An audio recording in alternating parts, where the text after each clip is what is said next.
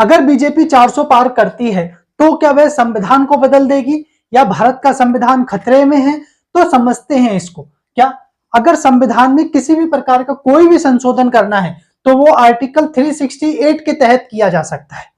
अब यहां समझने वाली बात यह है कि सुप्रीम कोर्ट को भी इन्वॉल्व कर रहे हैं, क्योंकि सुप्रीम कोर्ट क्या करेगा, संविधान की रक्षा करेगा। तो आर्टिकल 368 संविधान में संशोधन करने के लिए तो कहता है, साथ में यह भी कहता है कि किसी और प्रक्रिया से संविधान में संशोधन नहीं किया जा सकता। इसका मतलब यह आर्टिकल 368 के अलावा आप संविधान नहीं बदल सकते किसी और तरीके से। और 368 के तहत कैसे बदल सकते हो तो समझते हैं।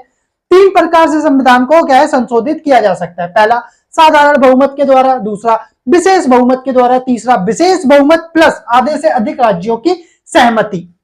समझते हैं भाई साधारण बहुमत किसे कहते हैं।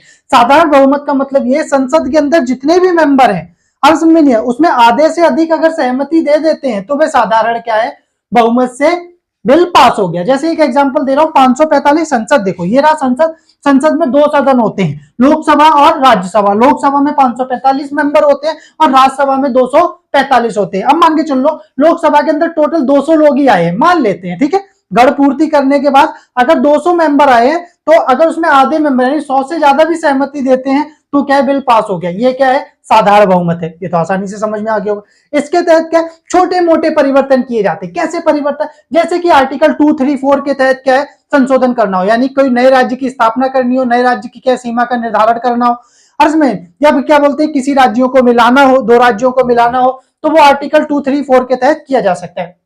नेक्स्ट नंबर पे आर्टिकल 106 यानी कि 106 106 के तहत संसद के अंदर क्या, जो संसद के सदस्य हैं उनके वेतन भत्तों का संसद में क्या कर सकती है, भत्तों को बढ़ा सकती है। इसका मतलब ये है। नेक्स्ट नंबर पे मान के चलो जो सुप्रीम कोर्ट है, अरे सुप्रीम कोर्ट या हाई कोर्ट, सिविल कोर्ट, इनके जजों की जो क्या रिटायरमेंट एज है उनको बढ़ाना हो गया। ये छोटे मोटे क्या संशोधन है, ये आप क्या साधारण बहुमत से कर लो। अब यहाँ समझने वाली बात ये जो कह रहे हैं ना संविधान बदल देंगे, वो कर सकते हैं, वो यहाँ सुप्रीम कोर्ट बताएगा अच्छे से। इसी के पहले ये बता देता हूँ कि हाँ, इसी के साथ मुझे याद आ गया कि चैनल को सब्सक्राइब कर लो। मैं कहना भूल जाता हूँ और आप करना भूल जाते हैं, तो चैनल अभी अब वो चैनल के नीचे वही बटन है, उसे सब्सक्राइब लिखा है ना, ऐस करके। नेक्स्ट है विशेष बहुमत के द्वारा। विशेष बहुमत का मतलब ये है कि संसद के अंदर क्या, लोकसभा में मान के चलो कि 545 मेंबर है टोटल, तो 545 के आधे मेंबर क्या करने चाहिए, सहमति भरने चाहिए। तो 545 के आधे कितने हो गए, 273, यानी कि 545 में 273 की सहमति होनी चाहिए। दूसरे नंबर पे क्या है, जितने संसद में आए उस दिन अर्ज में उसके 2/3 सहमति भरने चाहिए। मान के चलो 500 आते हैं अर्ज में, तो 2/3 उसका कितना होगा, 2/3 कर लो। अर्ज में करीबन 332, कितना 332 सदस्यों की सहमति होनी चाहिए। अब समझने वाली बात क्या है, जैसे कि मान के चलो यहाँ पर मौलिक अधिकारों में संशोधन करना है, समझ में। अब ये मौलिक अधिकार जो है पूरा नहीं हटा सकते। अगर पूरा हटाओगे तो संविधान का क्या हो जाएगा, उल्लंघन हो जाएगा, समझ में। फिर तो संविधान बदलने वाली जैसी बात हो जाएगी, पर आप ऐसा नहीं कर सकते। इसीलिए आप क्या करोगे, उसके अंदर पर्टिकुलरली किसी अर्ज में नहीं आ रहा, मतलब एक आर्टिकल को आप हटा सकते हो। बात में उसमें भी जो मोस्ट इंपोर्टेंट है अर्ज में नहीं आ रहा, उन आर्टिकल को नहीं हटा सकते। राइट टू लाइफ नहीं हटा सकते, मतलब अनुच्छेद 21 को नहीं हटा सकते, और अनुच्छेद 19 को, जिसमें राइट टू क्या, एक्सप्रेशन ऑफ योर थॉट अर्ज में, जिसमें आप अपने विचारों की अभिव्यक्ति करते हैं, समझ में, ये आपके क्या नहीं हटा सकते। जैसे कि मान के चलो क्या हुआ था कि सुप्रीम कोर्ट और सरकार के बीच में बहुत लड़ाई रही राइट टू प्रॉपर्टी को लेकर, जो अनुच्छेद क्या 31 में था। तो जनता सरकार जब आई, जनता सरकार मोरारजी देसाई की जब सरकार आई, तो उन्होंने क्या किया, 44वां संशोधन करके उस संशोधन को हटा दिया, मतलब अनुच्छेद को हटा दिया। तो पर्टिकुलरली कोई आप क्या कर सकते हो, अनुच्छेद हटा सकते हो, समझ में नहीं। पर क्या है, आप पूरे मौलिक अधिकारों को नहीं हटा सकते।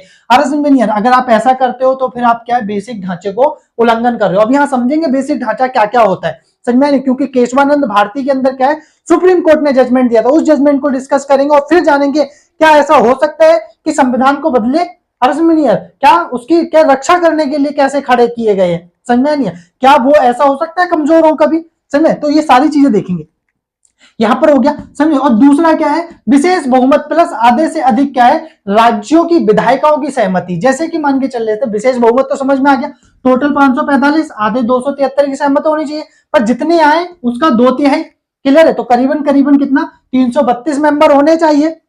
चलो भाई, अब क्या लेके चल लेते हैं, जैसे कि मान के चलो इसके तहत जो संशोधन हुआ वो आर्टिकल 243 हुआ, समझ में। इसका मतलब ये कि संविधान के अंदर जो क्या नाम है पंचायती राज व्यवस्था है उसको क्या किया, लोकसभा और राज्यसभा में क्या किया गया, पास किया गया, और उसके बाद आधे से अधिक राज्यों के अंदर क्या है उसे सहमति के लिए भेजा गया। क्लियर हो गया, करीबन 18 क्या बोलते हैं राज्यों ने उसमें सहमति दे दी थी। समझ में आ रहा नहीं आ रहा? तो ये 3 तरीके से संशोधन हो सकते हैं। चौथा तरीके से संशोधन नहीं हो सकता, क्यों? अर्ज इसका कारण यह है क्योंकि अनुच्छेद 368 ही कहता है, सुप्रीम कोर्ट भी इस बात को मानता है कि संविधान में संशोधन का अधिकार तो है 368 के तहत, परंतु अर्ज में यदि कोई संशोधन विधान की प्रक्रिया के अनुसार नहीं होता है तो सुप्रीम कोर्ट उसको क्या कर देगा, अनकॉन्स्टिट्यूशनल प्रूफ कर देगा, यानी कि गैर संवैधानिक प्रूफ करेगा और उसको क्या कर देगा, रद्द कर देगा। ठीक है, अब यहां पर समझने वाली बात क्या है कि अब मान के चलो ये संशोधन हो गया, लोकसभा और राज्यसभा में दोनों में पास हो गया, फिर राष्ट्रपति के पास जाएगा, राष्ट्रपति ने हस्ताक्षर कर दिया, कानून बन गया।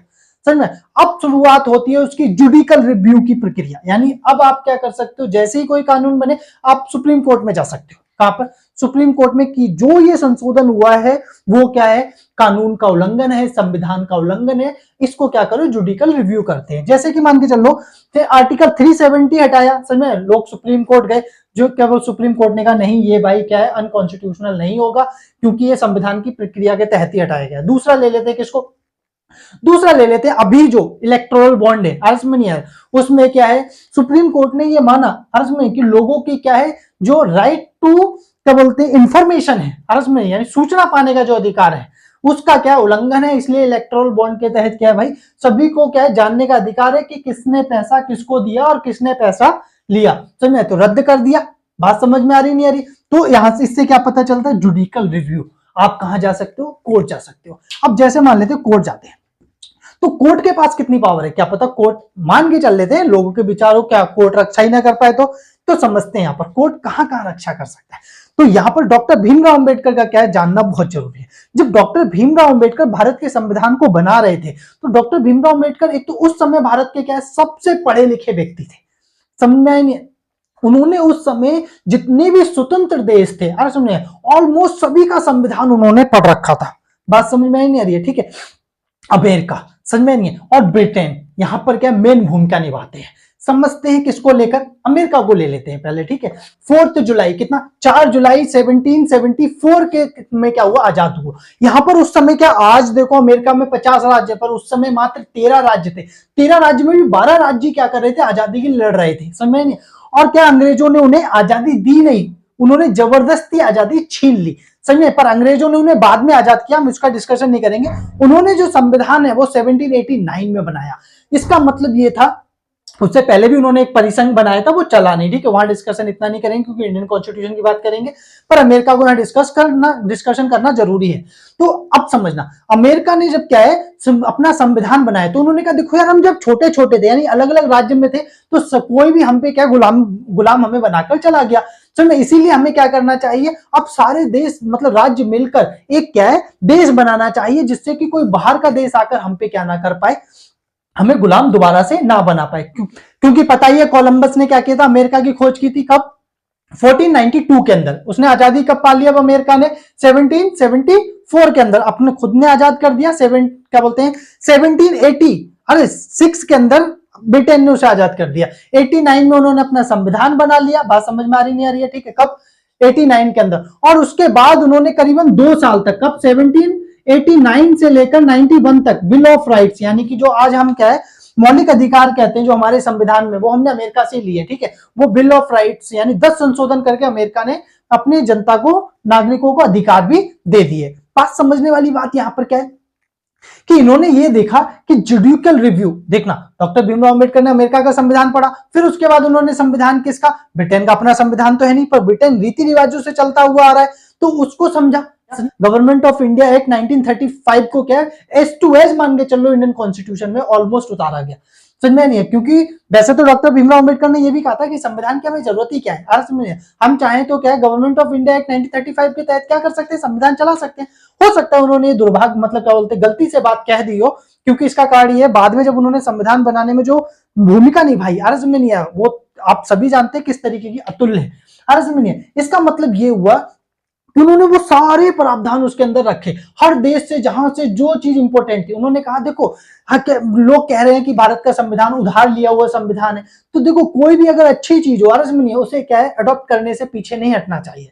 बात समझ में नहीं है। देखो डॉक्टर भीमराव अम्बेडकर क्या है बेसिकली अमेरिका गए, अमेरिका से उन्होंने अपनी स्टडी की मास्टर आर समझ नहीं है, फिर ब्रिटेन गए वहां से उन्होंने अपनी पीएचडी की, मतलब समझ में नहीं किस मुश्किल हालातों में की वो यहाँ पर हम डिस्कशन नहीं कर रहे हैं, वैसे अंदाजा लगा लो उनकी पढ़ाई में मेरा मानना है कुछ महत्वपूर्ण योगदान यानी कि ज्यादा है नहीं, उनकी वाइफ का भी था, मतलब इसमें जो मीराबाई थी उन्होंने तो अपने जेवर वगैरह अरे समझ में नहीं आया वो तक गिरवी रखने के लिए उन्हें दिए थे, चलो ठीक है बात समझ में नहीं रही। तो जो डॉक्टर भीमराव अम्बेडकर का यहाँ पर क्या है योगदान है उसको ही सिर्फ डिस्कशन कर रहे हैं, बात समझ में ही नहीं रही।